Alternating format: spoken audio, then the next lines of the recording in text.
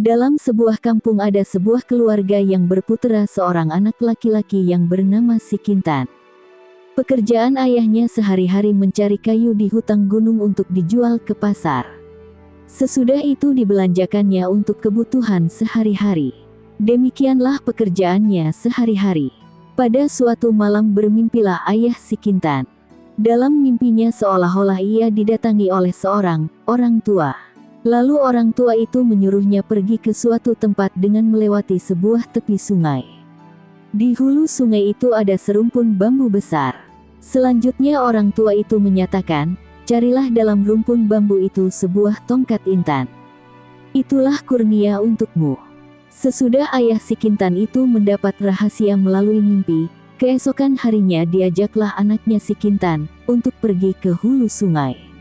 Dengan adanya ajakan ayahnya maka Si Kintan bertanya, "Ada apa di sana ayah?" "Tidak ada apa-apa. Kita hanya pergi berjalan-jalan saja," jawab ayahnya. Maka berangkatlah mereka ke hulu sungai tersebut melalui tepi sungai. Tiada berapa lama sampailah mereka pada serumpun bambu. "Mungkin inilah rumpun bambu yang saya mimpikan tadi malam," kata ayah Si Kintan. Lalu dilihat-lihatnyalah ke dalam rumpun bambu tersebut. Kemudian Si Kintan menanyakan lagi kepada ayahnya, apa yang ayah cari. Tetapi ayahnya tidak menjawab. Sesudah beberapa lama dicarinya nampaklah olehnya sebuah benda berkilau-kilauan. Benda tersebut adalah sebuah tongkat intan yang diberitahukan oleh seorang tua dalam mimpinya. Tongkat intan itu dicongkelnya dan akhirnya berhasillah ayahnya memperoleh tongkat tersebut. Sesudah itu barulah diceritakan kepada anaknya tentang mimpinya akan memperoleh tongkat tersebut. Sesudah itu mereka pulanglah. Setiba mereka di rumah, istrinya keheranan melihat suaminya beroleh sebuah tongkat intan. Lalu mereka bermufakat untuk menjual tongkat tersebut.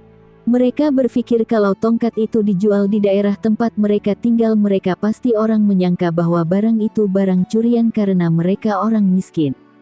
Akhirnya mereka menyuruh Si Kintan untuk menjual barang itu ke negeri lain. Rupanya Si Kintan pun setuju dengan anjuran orang tuanya itu. Kemudian pergilah ayah Si Kintan untuk menghubungi perahu yang hendak berangkat ke negeri itu. Maka berangkatlah Si Kintan dengan perahu itu. Sewaktu Si Kintan mau berangkat ayahnya beramanat kepadanya, "Kalau kamu sudah menjual tongkat ini, janganlah kamu sekali-kali lupa kepada kami yang selalu dalam kemiskinan. Kalau kamu bernasib baik sehingga beroleh kesenangan maka ingatlah selalu kepada kami." Menanggapi nasihat ayahnya, lalu Si Kintan menjawab, "Masakan lupa saya kepada ayah dan ibu?" Sesudah itu berangkatlah Si Kintan berlayar dengan perahu besar itu. Selama dalam perjalanan Si Kintan selalu membantu pemilik perahu tersebut, sehingga ia tidak perlu membayar ongkosnya. Setelah sampai ke tempat tujuan, malah jurumudi itu memberikan uang kepada Si Kintan. Alangkah senangnya hatinya menerima pemberian tersebut. Setelah tiba di negeri itu, dia mencoba untuk mencari induk semang. Kemudian kira-kira 15 hari lamanya Si Kintan tinggal bersama induk semangnya itu, dibawanyalah tongkat intan itu ke pasar untuk dijualnya. Sudah banyak toko yang dimasuki untuk menawarkan tongkat itu tetapi tidak seorang pun yang sanggup membelinya.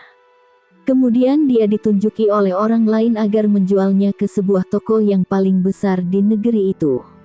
Orang itulah yang sanggup membelinya. Maka pergilah Si Kintan ke toko itu. Ketika Si Kintan tiba di toko itu ditawarkannyalah tongkat intan itu. Kemudian saudagar menanyakan, apa sebab dia membawa barang tersebut kepadanya. Maka dikatakanlah oleh Si Kintan, bahwa barang itu sudah ditawarkan kepada toko-toko lain, tetapi tidak ada yang sanggup membelinya. Selanjutnya Si Kintan menjelaskan bahwa yang sanggup membeli barang itu adalah saudagar itu sendiri. Oleh karena saudagar itu merasa malu sebab banyak orang yang mengatakan dialah yang sanggup membelinya, maka dibelinya tongkat intan itu dengan harga yang sangat mahal. Setelah Si Kintan memperoleh uang yang banyak, mulailah ia membuka sebuah toko untuk berdagang. Karena uangnya telah banyak dan kekayaannya bertambah terus, akhirnya Si Kintan sudah menjadi orang kaya di negeri itu. Ia sudah dapat membeli kapal yang diberi nama Si Kintan. Maka kawinlah si Kintan dengan seorang anak saudagar di negeri itu. Telah bertahun-tahun si Kintan di negeri orang, sedangkan orang tuanya di kampung hidupnya terlantar, kadang-kadang makan kadang-kadang tidak. Rupanya dia sudah lupa kepada pesan orang tuanya, dan tidak teringat lagi kepada kampung halamannya. Pada suatu malam bermimpilah si Kintan, seolah-olah ibu dan bapaknya datang kepadanya, lalu ibu dan bapaknya berkata kepadanya, "Hai Kintan, kamu sudah senang dan sudah kaya, tetapi kenapa kamu lupa kepada kami? Kami selalu menunggu kedatanganmu. Dahulu sudah kami peringatkan, rupanya lupa kamu kepada kami karena kamu sudah senang." Sesudah itu barulah dia sadari akan ayah dan ibunya dalam keadaan melarat di kampung. Maka mufakatlah si Kintan dengan istrinya untuk pulang melihat orang tuanya yang sudah lama ditinggalkannya. Lalu pulanglah si Kintan bersama istrinya dengan kapalnya sendiri. Ketika tiba di pelabuhan, si Kintan berpesan kepada orang lain, supaya orang tuanya datang ke kapal. Maka orang itu pun mengabarkan kepada orang tuanya bahwa si Kintan sudah pulang dari rantau dan sudah kaya raya. Sesudah orang tuanya mendengar kabar itu lalu pergilah ia sendirian menjumpai anaknya di kapal. Setelah tiba di tepi kapal, ayahnya menanyakan kepada orang yang berdiri di pinggir kapal, di mana anaknya. Orang itu memanggil si Kintan di kamarnya di atas kapal itu dan menyampaikan bahwa ayahnya sudah datang. Lalu si Kintan menemui ayahnya. Ketika dilihat oleh si Kintan, ayahnya itu sudah tua bangka dengan memakai baju yang sudah kumal. Tiba-tiba dia merasa malu kepada istri dan kawan-kawan. Ketika telah berada di kapal dan beliau menemui anaknya si Kintan, ternyata si Kintan tidak mengakui bahwa itu ayahnya. Sewaktu diketahui oleh ayahnya bahwa anaknya tidak mau mengakuinya lagi sebagai orang tuanya, maka ayahnya mengatakan bahwa kekayaannya itu berasal dari dia. Namun si Kintan tidak juga mau mengakui ayahnya. Maka dengan hati yang sedih pulanglah ayahnya ke rumahnya. Setiba di rumah menangislah ayahnya. Ibunya heran melihat suaminya menangis, lalu bertanya, "Hai abang, kenapa gerangannya abang menangis?" Lalu ayahnya menjawab, "Sesudah si Kintan menyuruh orang untuk menjemput saya, ternyata tidak diakui pula saya sebagai ayahnya. Sekarang coba pula kamu menemui, barangkali kamu diakui sebagai ibunya." Sesudah itu pergilah ibunya dan disuruh antarkan oleh anak-anak. Setibanya di pinggir kapal, disuruh panggil si Kintan kepada orang di atas kapal tersebut. Setelah dipanggil oleh orang tersebut, si Kintan dengan segera melihat ibunya. Setelah dilihatnya tidak juga si Kintan mau mengakui bahwa itu ibunya, sebab ibunya itu sudah tua bangka dan berpakaian compang camping pula. Kemudian ibunya menjawab, "Kalau memang juga tidak kamu akui aku sebagai ibumu, lihatlah air tetek saya ini keluar. Dengan inilah aku membesarkan kamu dahulu." Namun si Kintan tiada juga mau mengakui bahwa orang tua itu adalah orang tuanya. Sesudah itu dengan hati yang sedih ibunya pulanglah. Setiba di rumah bertangisanlah kedua orang tuanya, karena mengingat anaknya telah betul-betul durhaka kepada ayah dan ibunya yang telah bersusah payah membesarkannya. Kemudian si Kintan pun berangkat dengan kapalnya.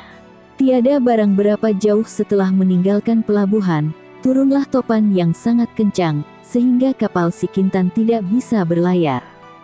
Maka berkatalah kapten kapal itu kepada si Kintan, "Sebenarnya si Kintan telah durhaka kepada ibu bapak, karena itulah sebabnya terjadi hal yang semacam ini, sehingga bukan saja si Kintan yang merasakan azab ini, kami turut pula semua merasakannya." Menyadari hal itu maka si Kintan berkata kepada kapten kapalnya, "Jadi kalau demikian kembalilah kita ke pelabuhan supaya saya mengakui kedua orang tua itu sebagai ayah dan ibu saya." Setelah sampai di pelabuhan dipesankan oleh si Kintan kepada orang lain agar ayahnya datang ke pelabuhan karena dia ingin meminta ampun. Setelah mendengar pengakuan anaknya demikian, ayah dan ibunya dengan hati gembira pergi lagi menemui anaknya. Ketika mereka berada di kapal, datanglah si Kintan untuk menemui ayah dan ibunya itu, tetapi rupanya si Kintan masih juga merasa malu mengakui kedua orang tuanya. Kemudian kedua orang tuanya yang semula sangat gembira karena mendengar pengakuan dari anaknya yang telah sadar akan dirinya, akhirnya hatinya merasa sangat sedih dan pilu karena ternyata tidak juga mau mengakui orang tuanya lagi. Lalu mereka berkata kepada si Kintan, "Kalau tidak juga kamu akui kami sebagai orang tua yang membesarkan kamu sudahlah." Kemudian kedua orang tuanya itu pulang. Setelah itu kapal si Kintan berangkat lagi. Kemudian ibunya menadahkan kedua tangannya berdoa kepada Tuhan, "Ya Allah ya Tuhanku, karena anak kami tidak mengakui lagi kami sebagai orang tuanya, maka berilah bala apa Fang Engkau kehendaki." Setelah doanya selesai dibaca turunlah topan dengan sangat kencangnya sehingga tenggelamlah kapal si Kintan. Setelah kira-kira 7 hari kapal itu tenggelam lalu kapal itu menjadi pulau, dan hidup pula seekor monyet putih di pulau itu. Kemudian monyet putih itu dianggap oranglah, bahwa itulah si Kintan yang telah durhaka pada ibu bapaknya.